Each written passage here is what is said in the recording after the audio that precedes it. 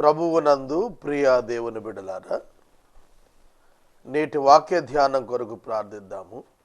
ఈ మాసం 30 ఎపిసోడ్స్కు సహకారులు కావాలన్నాను, ఎవరు రాలేదు. గత మాసం 9 మంది వచ్చారు. ప్రభువు ఒక అద్భుతం చేస్తారని ప్రార్థించమన్నాను. ఒక కుటుంబం ముందుకు వచ్చి సహాయం చేసినందున మ్యాక్సిమం హెల్ప్ గత మాసపు ట్రాన్స్మిషన్కు దొరికింది. ప్రభు ఆ కుటుంబాన్ని దీవించాలని నేను ప్రార్థిస్తున్నాను. ప్రభు గొప్పవాడు. ఆయన మనకి కొన్ని పరీక్షలు ఇస్తాడు. ఆ పరీక్షల్లో మనం నమ్మకత్వాన్ని చూపించి ఆయనకు ఫేవర్గా మన జీవితాన్ని ఉంచుకోగలిగినప్పుడు he will make the wonders in our life.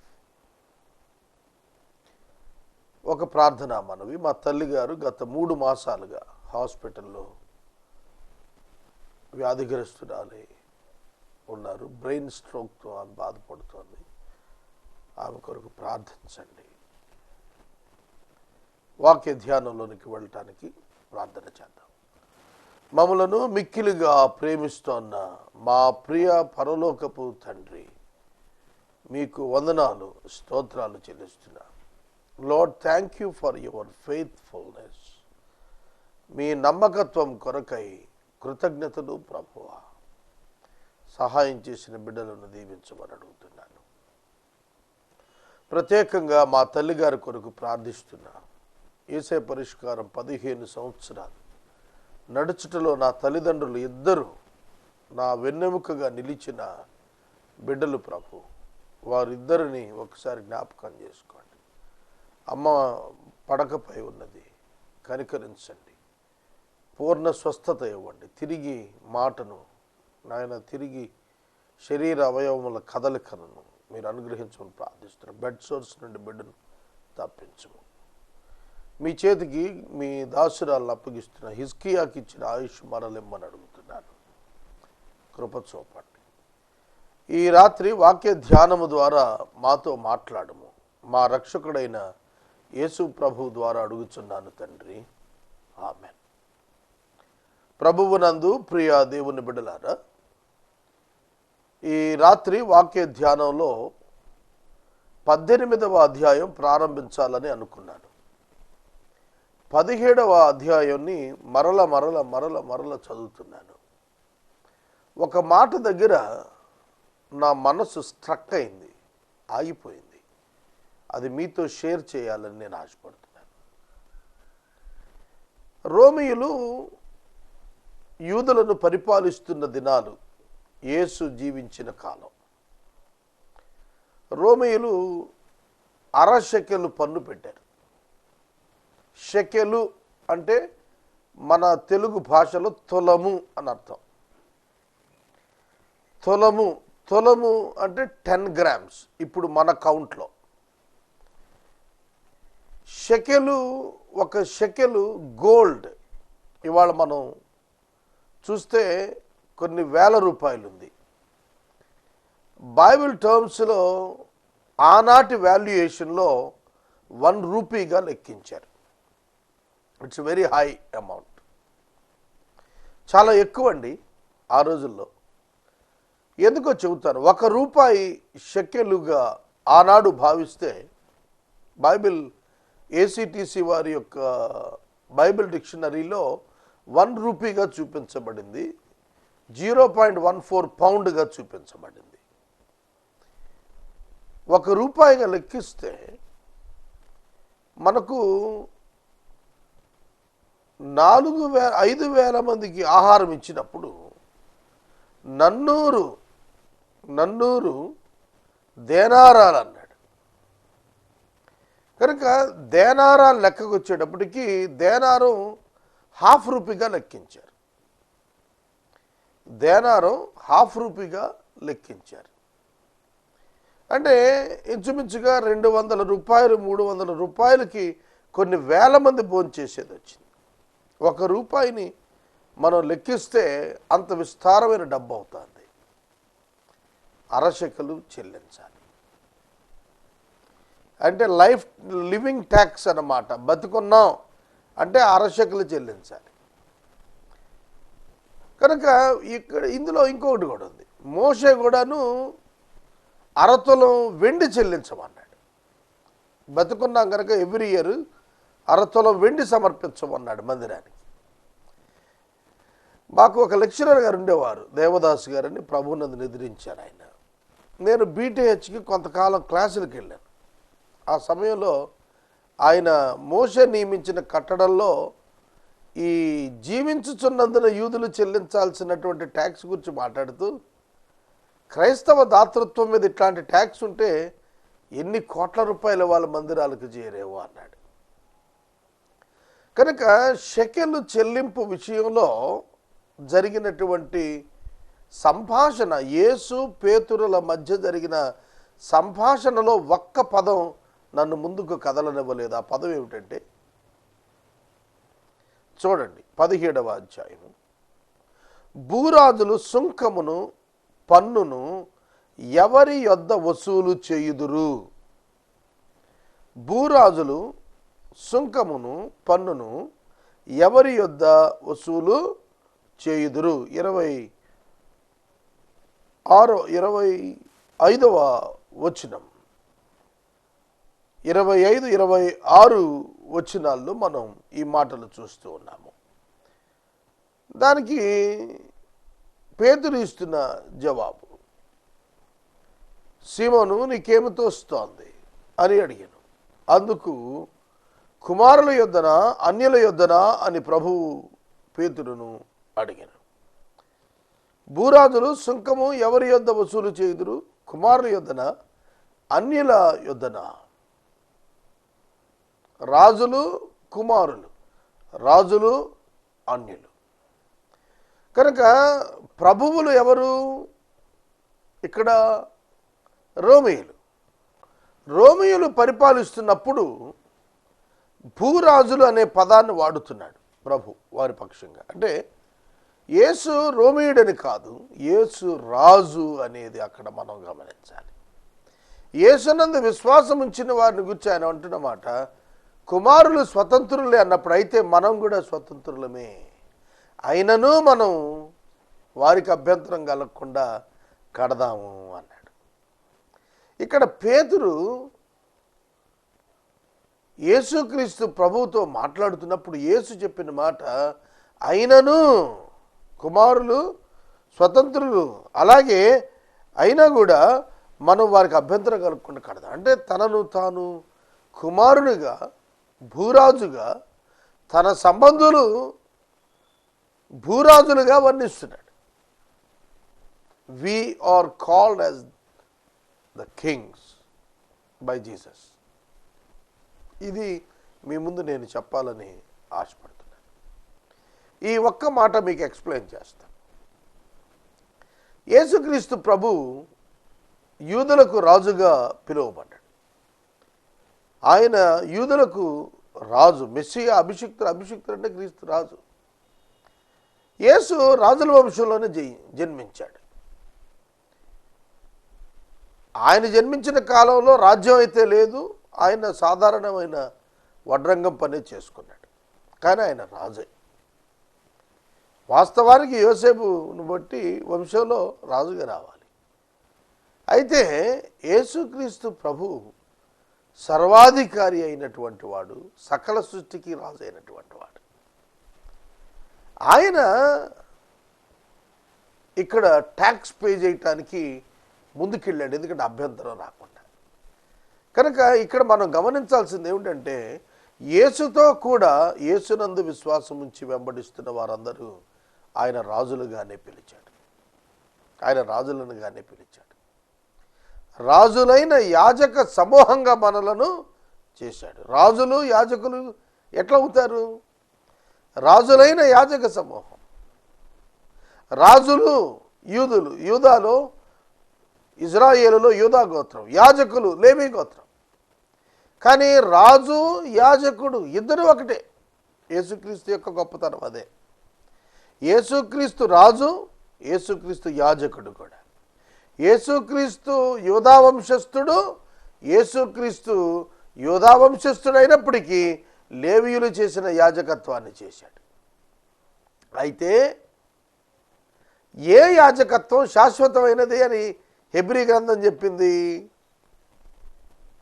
యేసుక్రీస్తు చేసిన యాజకత్వమే శాశ్వతమైనది.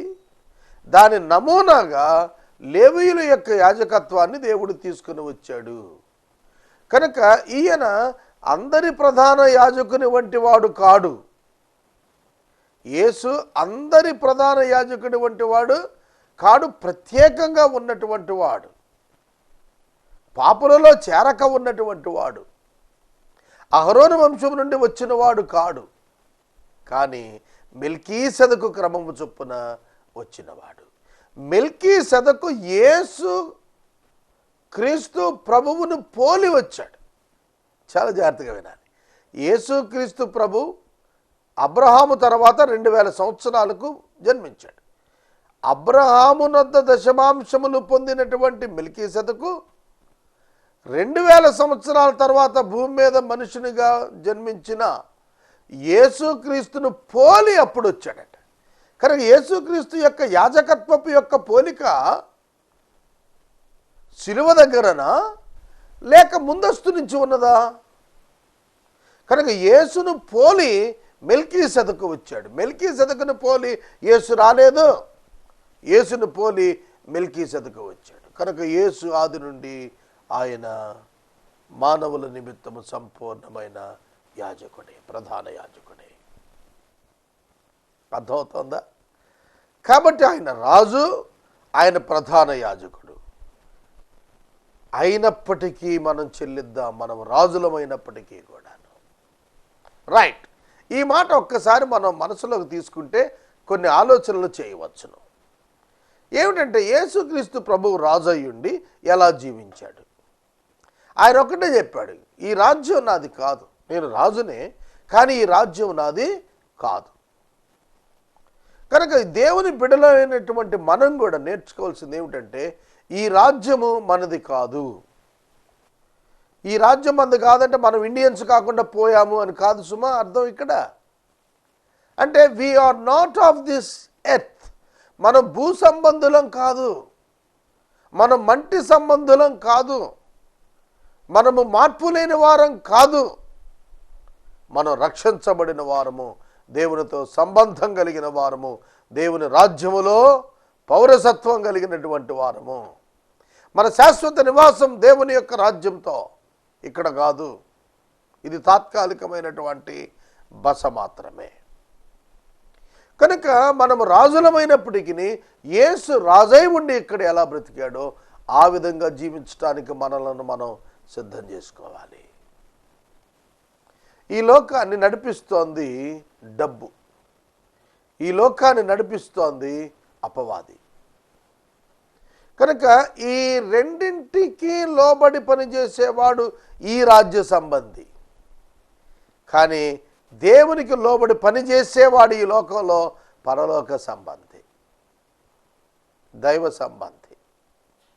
అతడే రాజ్యములో ఉన్నవాడు. కనుక యేసు ప్రభువు రాజు, ఆయన యందు విశ్వాసం ఉంచిన వారందరూ రాజులు అయినప్పటికీ ఈ లోకంలో ఏ విధంగా జీవించాలి? యేసు వలె జీవించాలి. అందుకనే ఫిలిప్పీ పత్రిక 2వ అధ్యాయంలో క్రీస్తు యేసునకు కలిగిన మనస్సు మీరును కలిగి ఉండండి. యేసు ప్రభు గెత్సెమనే వనంలో ప్రార్థన అనంతరం అప్పగించబడినప్పుడు పిలాతు దగ్గరికి తీసుకెళ్తే పిలాతు అడిగాడు, నీవు యూదులకు రాజువా? నీవు యూదులకు రాజువా? నీవన్నట్టే నేను రాజునే. నవ్వుతున్నాడు. హేరోదు కూడా అడిగాడు, నీవు యూదులకు రాజువా? నీవన్నట్టే. అక్కడ హేరోదు దగ్గర మౌనంగా ఉన్నాడు, పిలాతు దగ్గర నోరు తెరిచి చెప్పాడు, నేను రాజునే. Yes, we all are the kings as a believers. కనుక మన యాటిట్యూడ్, మన యాక్టివిటీ, మన యొక్క ఇన్నర్ హార్ట్ కింగ్ లాగా ఉండాలి. అర్థమవుతుందా? ఆ దర్పము, హోదా అంతా రాజులా ఉండాలి. ఈ రాజు ఈ లోకంలో సేవకుడిలా బ్రతికాడు. ప్రభువును బోధకుడును ఆయన నేను ఈలాగు చేయుచుండగా అన్నాడు యోహాను 13లో. ఆయన పాదాలు కడుగుతూ శిష్యుల పాదాలు, ప్రభువును బోధకుడును ఆయన నేను ఇలాగు చేస్తుండగా మీరు ఒకరికొకరు చేయండి అన్నాడు. ప్రభువును లార్డ్ అడోనై, ప్రభు అయిన యేసుక్రీస్తు ప్రభు ఈ లోకంలో జీవించిన కాలంలో ఆయన శిష్యుల పాదములను కడిగి తన దీనత్వాన్ని కనపరిచాడు. కనుక యేసుక్రీస్తునందున్నటువంటి వారు దీనత్వ ప్రదర్శన, అహంకార దర్పం కాదు, అధికార దర్పం కాదు, ధనమోహం వల్ల వచ్చిన దర్పము కాదు, అధికారం వల్ల వచ్చిన దర్పము కాదు, పరలోకపు వారసత్వం వల్ల కలిగిన దీనత్వము ధరించుకోవాలి. They never fight for earthly things. లోకములోని పరిస్థితులు మనకు వ్యతిరేకంగా తిరుగులాడుతున్నప్పటికీ కూడాను భౌతిక సంబంధమైన ప్రయోజనత్వం కొరకు పోరాడవలసిన పని మనకు లేదు. ఇది నేను ఇందులో చాలా స్పష్టంగా చూడగలిగాను బైబిల్లో. యేసుక్రీస్తు ప్రభు తన వ్యక్తిగతమైన హక్కుల కొరకు, వ్యక్తిగతమైనటువంటి విషయాల కొరకు ఎన్నడూ ఆయన ప్రాముఖ్యతనివ్వలేదు. నన్ను ఎందుకు ఇట్లా అంటున్నారని ఎవరిని ప్రశ్నించలేదు. ఒక ప్రశ్నించే సమయం ఆయనకున్నది, తీర్పు దినం, దానికి వారిని విడిచిపెట్టాడు. క్రైస్తవ జీవితం చాలా గంభీరమైనటువంటి జీవితంగా ఉండాలి. నూతన నిబంధనలో ప్రత్యేకంగా క్రీస్తు యొక్క జీవితం మనకు మాదిరి. అయినను అన్నాడు, మనము స్వతంత్రులమైనను మనము రాజులమైనను లోకానికి అభ్యంతరం కలగకుండా జీవించాలి. లోకపు ప్రభుత్వాన్ని మనం గౌరవించాలి, లోకపు చట్టాలను మనం గౌరవించాలి. ఈ మధ్యన చాలామంది మా సంఘం మీద దాడి జరుగుతోంది, మా చర్చ్ మీద దాడి జరుగుతుంది, మమ్మల్ని మైక్స్ తీసేయమంటున్నారు, మా ఇండ్లలో ప్రార్థనలు పెట్టుకోవద్దు అంటున్నారు, ప్రార్థన చేసుకుని బోర్డులు ఉంటే తీసేయమంటున్నారు, లేదా చుట్టుపక్కల వాళ్ళు కంప్లైంట్స్ ఇస్తున్నారు మేము ప్రేయర్స్ చేసుకుంటుంటే అని చెబుతున్నారు. చట్టము ప్రకారము క్రైస్తవుడు ప్రవర్తింపబద్ధుడై ఉన్నాడు. Of course it may be the religion, మతం కావచ్చును, అయినప్పటికీ కూడా చట్టము లోబడి క్రైస్తవుడు ప్రవర్తింపబూనుడై ఉన్నాడు. How strong you may be, how big your church might be, మన సంఘాలు ఎంత పెద్దవైనా మనము చట్టమునకు లోబడి దేవుని మహిమపరచవలసిన వారంగా ఉన్నాం. ఇతరులకు అభ్యంతరం కలగకుండానట్లు యేసు అరచెక్కులు పన్ను చెల్లించాడు. Can't we reduce the sound in the Sunday worships? Major problem police ఎదుర్కొంటున్న ప్రతి ప్రాబ్లం ఏమిటంటే సంఘాల విషయంలో మైక్ ప్రాబ్లం. నేను చాలామంది పాస్టర్ గారికి మనవి చేశాను, దగ్గరుండి కూడా తీయించాను. చాలా పెద్ద పెద్ద లౌడ్ స్పీకర్స్ అవుట్ సైడ్ పెట్టి భయంకరమైన శబ్దంతో చుట్టుపక్కల వరకు అసౌకర్యంగా ఉంటున్నా. సినగోగ్స్లో మైక్స్ లేవు. మీరు అనొచ్చు ఆ రోజు మైకులు లేవు, లేకపోతే ఊదరగొట్టేవాళ్ళని. కనుక మైక్ దేవునికిను మానవునికి అంతరంగ సంబంధ విషయంలో మైక్ ప్రామినెన్స్ ఏమిటండి? కనుక it is a activity, religious activity, exposure కోసం యూజింగ్ మైక్స్ అంతవరకే. ఇక్కడ ఒక ఆరాధన జరుగుతుందని చెప్పడానికి ఉపయోగపడుద్దే తప్ప what is the use of that? కనుక that is not the way, అది విధానం కాదు. నేను ఇది ఒకటి ఉదాహరణగా చూపించాను, మిగతా విషయాలు నేను మాట్లాడటం లేదు. కనుక ఇతరులకు అభ్యంతరం కలగకుండా క్రైస్తవుడు తన భక్తిని, తన జీవితాన్ని కొనసాగించవలసిన వాడే ఉన్నాడు. Yes,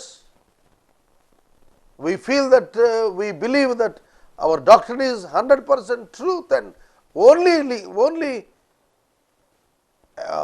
accepted, right? 100%. అయినప్పటికీ కూడా ఇతరులకు అభ్యంతరం కొట్టకూడదు. అర్థమవుతుందా? కనుక చట్ట పరిధిలో మనం కాన్స్టిట్యూషనల్గా ఇవాంజలిజం చేయటం నేర్చుకోవాలి. కాన్స్టిట్యూషనల్ ఇవాంజలిజం మనం చేస్తున్నప్పుడు ఎవరు మాట్లాడటానికి సరిపోరు. అర్థమవుతుందా? ఒక చోట ఒక ఊరిలో ఒక బోర్డు పెట్టారు, క్రైస్తవ మత బోధకులు ఈ గ్రామంలోనికి రాటానికి అసలు వీల్లేదు, గ్రామ పెద్దలు అనుమతిస్తేనే రావాలి అని చెప్పి బోర్డు పెట్టారు. అది ఫేస్బుక్లో నేను చూశాను. 3 దినాల తర్వాత అక్కడ లోకల్ ఎస్ఐ ఆ బోర్డు పడేయించాడు, తీసేశాడు, పెద్దలు పిలిపించి మాట్లాడాడు. ఏ క్రైస్తవ మత నాయకులు వెళ్ళి పోట్లాడితే తీసేశాడు చెప్పండి? పలానా క్రైస్తవ మత నాయకుడు వెళ్ళి దెబ్బలాడబట్టి ఆ బోర్డు తీశారు, మాకు అభ్యంతరం ఉంది అంటే తీశారని ఎవరైనా చెప్పారా? వెస్ట్ గోదావరిలో ఒక గ్రామం ఉంది, ఆ గ్రామం ఏ సేవకులన్నా కొడుతున్నారు. ఈ మధ్యన మా సోదరుడు వెళ్తే కూడా కొట్టారు, అంతకుముందు గిడియన్స్ వారిని కొట్టారు. మా గ్రామంలోకి రావద్దు అంటున్నారు. It is unconstitutional. They have no right. అర్థమవుతుందా? కనుక in the purview of the constitution we are able and we are free to proclaim the gospel. కనుక మనం ఎప్పుడు కూడా యేసుక్రీస్తు ఫైట్ ఎక్కడంటే మత నాయకులతోటే ఫైట్ చేశాడు ఆయన. నువ్వు ప్రకటించకూడదు అని అన్నవాళ్ళతో ప్రకటించమని చూపించాడు ఆయన. కాబట్టి మనం స్వతంత్రులము, మన డివైన్ యాక్టివిటీ, మన యొక్క పరిధిని అభ్యంతరం లేకుండా చేయటం మనం నేర్చుకోవాలి. కాన్స్టిట్యూషనల్ ఇవాంజలిజం మనం నేర్చుకోవాల్సిన దినాల్లో మనం జీవిస్తున్నాము. తర్వాత ఇక్కడ కుమారులు స్వతంత్రులే. Yes, we are free from the law, but అయినప్పటికీ we must obey the law because our God order to obey the law. కనుక చట్టమునకు లోబడం అనేది దేవుడు మనకి ఇచ్చినటువంటి ఆజ్ఞ. క్రైస్తవుడు చట్ట వ్యతిరేక కార్యక్రమాల్లో ఉండరా. కైసరవి కైసరికి, దేవునివి దేవునికి చెల్లించమన్న క్రీస్తు యొక్క బోధ మనం అర్థం చేసుకుంటే చాలా విషయాల్లో పరిష్కారం మనకు దొరుకుతుందనేది నేను గ్రహించగలిగాను. సోదరుడా, సోదరి, యేసు ప్రభువు చెప్పినది, ఒక సముద్రంలోనికి వెళ్ళి నీవు గాలము వేసి మొదటి చేప తీసి దాని నోటిలో ఉన్న ఒక షెకలును తీసి నీకొక 1/2 షెకలు నాకొక 1/2 షెకలు చెల్లించమన్నాడు. దీనిలో మనం చూసినప్పుడు నీ కొరకు నా కొరకు, నీ కొరకు నా కొరకు అంటే ప్రభు తాను పరలోకం నుండి వచ్చిన వాడైనా, ఈ సమస్త సృష్టికి రాజైనా, ఈ సమస్త సృష్టికి ప్రభు అయినా, తాను ఈ లోకం విధించిన ఆ 1/2 షెకెల్ పన్ను చెల్లించి చూపించాడు. Great model. అధికారం నాకుంది, ఎవరు నన్ను ఆపగలరు అనే అహం ప్రదర్శన ఆయన చేయలేదు. చాలామంది క్రిస్టియన్ ఆఫీసర్స్, నేను విన్నాను, చాలామంది Christian officers they are keeping their witnesses. అనేక విషయాల్లో వారి యొక్క సాక్ష్యాలను వాళ్ళు కాపాడుకోవటం నేను విని ప్రభువును స్తుతించాను. Even though they are the officers, they are the top people in their field. వాళ్ళు గర్వించి మేము మీ అందరిపైన ప్రభువులు అన్నట్లుగా ప్రవర్తించిన వారిని బట్టి నేను ప్రభువును స్తుతిస్తున్నాను. కనుక ప్రతి ఒక్క వ్యక్తి కూడా ప్రభువునకు, ప్రభుత్వమునకు లోబడి జీవించుట, తద్వారా సమాజంలో ఒక ఉన్నతమైనటువంటి ఒక చక్కటి హార్మనీ తీసుకుని రావటం ఆనాడు ప్రభు మనకు నేర్పించారు. ఈ సమయమున వాక్యం వింటున్న ప్రతి ఒక్కరం కూడా గుర్తించాల్సింది, మనము రాజులము. We should say that proudly we are the sons of God and the Kings.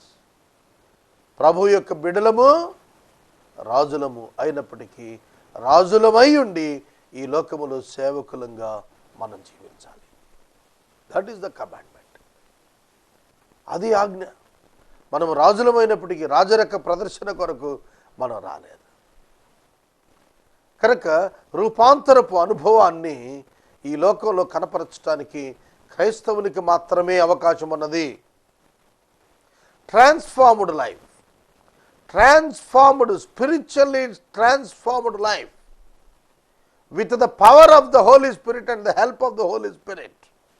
పరిశుద్ధాత్మ శక్తి చేత, పరిశుద్ధాత్మ శక్తి ద్వారా లోకానికి కనపరచగలిగేటువంటి ఆ రూపాంతర శక్తిని ప్రభు మాత్రమే ఇవ్వగలుగుతాడు. ఇక ఎవరి వల్ల సాధ్యం కాదు. కనుక మన జీవితాల్లో మనం గుర్తెరగాలి. మనము అధికులమని అనరాదు. అల్పులముగా మనలను మనం, దీనులముగా మనలను మనం తగ్గించుకోవాలి. మీ బోధకుడు పన్ను చెల్లించడా అని అడిగితే చెల్లిస్తాడు అనేటువంటి సందేశంతో ఈ యొక్క పారాగ్రాఫ్ మనకు ముగుస్తుంది. బోధకుడు పన్ను చెల్లిస్తాడు. మరి వాళ్ళ బోధకులు పన్ను చెల్లిస్తున్నారా? బోధకులం చట్ట ప్రకారం ప్రవర్తిస్తున్నామా? బోధకులము ఇతరులకు అభ్యంతరం లేకుండా ప్రవర్తిస్తున్నామా? ఇవాళ చాలా పబ్లిక్ మీటింగ్స్లో జంపర్స్ వాడుతున్నారు పవర్ కొరకు. దొంగిలి వద్దని చెప్పు, నీవు దొంగిలేదవా? మైక్ పర్మిషన్ పోలీసు నుంచి తెచ్చినప్పుడు చాలా చిన్న మైక్ సిస్టమ్కి ఇస్తారు వాళ్ళు, విపరీతమైన శబ్దంతో. ఆఫ్ కోర్స్ ఇతర మతాల వారు పెడుతుంటే నీకు అభ్యంతరం ఉంటే యూ కెన్ రిపోర్ట్ ఇట్, అందులో అభ్యంతరం. కానీ అది చేయడు. వాళ్ళు పెట్టారు, మమ్మల్ని ఎందుకు పెట్టినవని అడుగుతున్నారు తప్ప మమ్మల్ని పెట్టనివ్వద్దు అన్నారు, వాళ్ళను కూడా పెట్టనివ్వద్దు అని అనవలసిన అవసరం ఉన్నప్పుడు కూడా మాట్లాడే స్థితిలో ఉండి మమ్మల్ని అణిచేస్తున్నారని చెప్పి కేకలేస్తున్నారు. నేను ఒక పెద్ద అధికారిని ఒక ప్రశ్న అడిగాను, ఏమంటే రోడ్లన్నీ కూడా మీరు ఫలానా వాళ్ళకి ఇచ్చేశారా, ఏమి రోడ్లు బ్లాక్ చేసి మరి వర్షిప్ సెంటర్స్గా మార్చేస్తున్నారని అడిగాను. నవ్వాడు ఆయన. నవ్వి, మతం జోలికి మేము పోము సార్, పోతే అది మమ్మల్ని తగలబడుతున్నారు. కనుక ఇవాళ మతం ఆయుధం అవుతుందా సంఘానికి? మతాన్ని ఆయుధంగా చేసుకుందామా?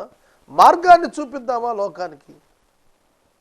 కనుక మనం కూడా మతాన్ని ఆయుధంగా చేసుకుంటే, మత పోరాటాలు చేస్తే మనం కూడా సక్సెస్ అయినట్టుగా అనిపిస్తాం, కానీ అది ఫెయిల్యూర్ అవుతుంది. కనుక ప్రభు ఏం చెప్పాలనుకున్నాడు లోకానికి సందేశం, అది మన ద్వారానే చెబుతాడు, వేరొకళ్ళ ద్వారా కాదు. ఎనీ మెసేజ్ ఫ్రమ్ గాడ్, దేవుని నుండి ఏదైనా ఒక సందేశం సమాజంలోకి వెళ్ళాలి అంటే అది ఓ విశ్వాసి నీ ద్వారానే, ఓ సేవకుడా నీ ద్వారానే, నా ద్వారానే వెళుతుంది. సృష్టి ద్వారా ఎంతో మెసేజ్ పోతుంది, but no one is taking care of that, no one is thinking of that. సునామీలు వస్తున్నాయి, భూకంపాలు వస్తున్నాయి, లావాలు బ్రద్దలవుతున్నాయి, యాక్సిడెంట్స్ పెరిగిపోతున్నాయి, ఎన్నో జరుగుతున్నాయి. వాక్యం నెరవేరుతుంది కానీ వాళ్ళు గుర్తించలేకపోతున్నారు. They can't escape from the lifes of the people, from the lifes of the believers. విశ్వాసుల యొక్క జీవితాల్లో జరుగుతున్న అద్భుత కార్యాల నుండి ఎవరు తప్పించుకోగలుగుతాడు? మదర్ తెరిసా చేసి చూపించిన సేవ పట్ల ఆకర్షితులు కాని భారతీయులు ఎంతమంది ఉన్నారు? నో వన్, ఎవరు లేరు. విలియం కేరీ చేసినటువంటి అద్భుత కార్యాలను పట్టించుకోని భారతీయుడు ఉన్నాడా? లేడే. కనుక మనం ఎంత మైకులు పెట్టాం, ఎంత బాగా కోటాలు పెట్టాం చూస్తున్నారు, కానీ ఎంత బాగా క్రైస్తవుడిగా బ్రతికామనే దాని మీద మన ఫోకస్ లేదు అనేది నా గమనం. మన్నించండి కోపం వస్తే. మనం పెట్టాల్సింది మైకులు పెట్టి గుళ్ళకు డెకరేషన్లు కట్టి, నాట్ దట్ వే. అది కాదు క్రీస్తుని ప్రకటించిన విధానం. జీవిత విధానం ద్వారా క్రీస్తు ప్రకటించబడతాడు. మేము పునరుద్ధరణని క్రీస్తును ప్రకటిస్తున్నాము through our lifes, not by our deeds, not by our earthly religious actions. మతపరమైన కార్యాల ద్వారా కాదు, మేము క్రీస్తును ప్రకటిస్తోంది మా జీవితం ద్వారా. స్టెఫెను రాళ్లతో కొట్టబడుతున్నప్పుడు కేక పెట్టాడు, తండ్రి వీరిని క్షమించు అని. అది జీవితం ద్వారా సువార్తీకరణ. బల్లెము పోటుతో నేల కొరికినటువంటి థోమా గారు వారిని